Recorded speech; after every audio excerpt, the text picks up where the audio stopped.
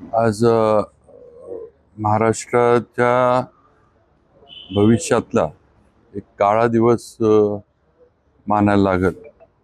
महाराष्ट्राचे उपमुख्यमंत्री आणि आमचे सर्वांचे नेते ज्यांच्या खऱ्या अर्थानं मार्गदर्शनाखाली आम्ही सगळेजण घडलो, माननीय अजितदादा पवार यांचं अपघाती निधन झालं. आणि हे सगळ्यांनाच एक हे शब्द नाही आहेत किंवा हे बोलण्याचे पण धाडस कोणाचं होत नाही की दादा आज आपल्यात नाहीत.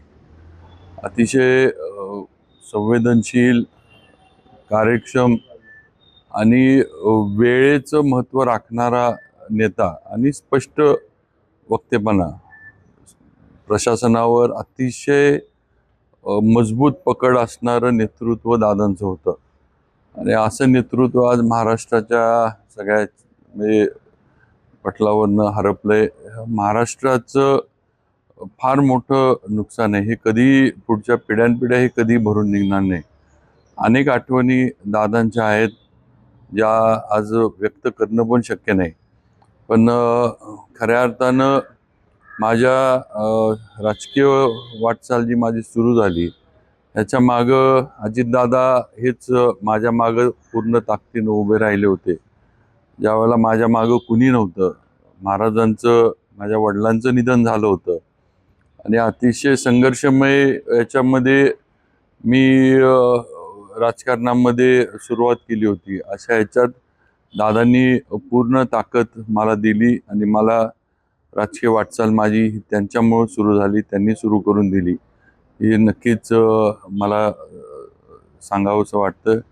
आज ही दादांच्या जाण्यानं म्हणजे सगळेच जण हे मला वाटतं सातारा जिल्ह्याचे पालकमंत्री म्हणून त्यांनी जे काम जिल्ह्यात केलं, मला वाटतं जिल्हावासियांना एक विकास काय असतो आणि जिल्ह्याची दिशा कुठल्या ह्यानं असावी ह्याचं एक त्यांच्या पालकमंत्रीच्या काळामध्ये अजितदादांनी एक मार्ग दाखवून दिला.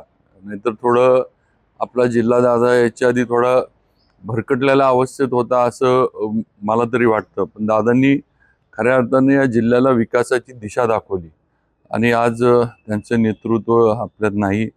अपघाती निधन त्यांचं बारामती येथे झालंय. अतिशय दुर्दैवी या शब्दाच्या पलीकडची ही घटना आहे. आणि हे दादांचं अचानक जाणं हे संपूर्ण महाराष्ट्राचं नुकसान आज त्यांचं नेतृत्व आपल्यातनं गेल्यामुळे झालंय. मी माझ्या वतीनं दादांच्या आत्म्यास शांती लाभो. बाकी त्यांच्या कुटुंबियांवर तर हा फार मोठा, सगळ्यांच्यावर, सुनेत्राताई वगैरे यांच्यावर फार मोठा हा वेळेनं टाकलेला एक झाला आहे. त्यातनं त्यांनी बाहेर पडो एवढंच मी आत्ताच्याला सांगू शकतो.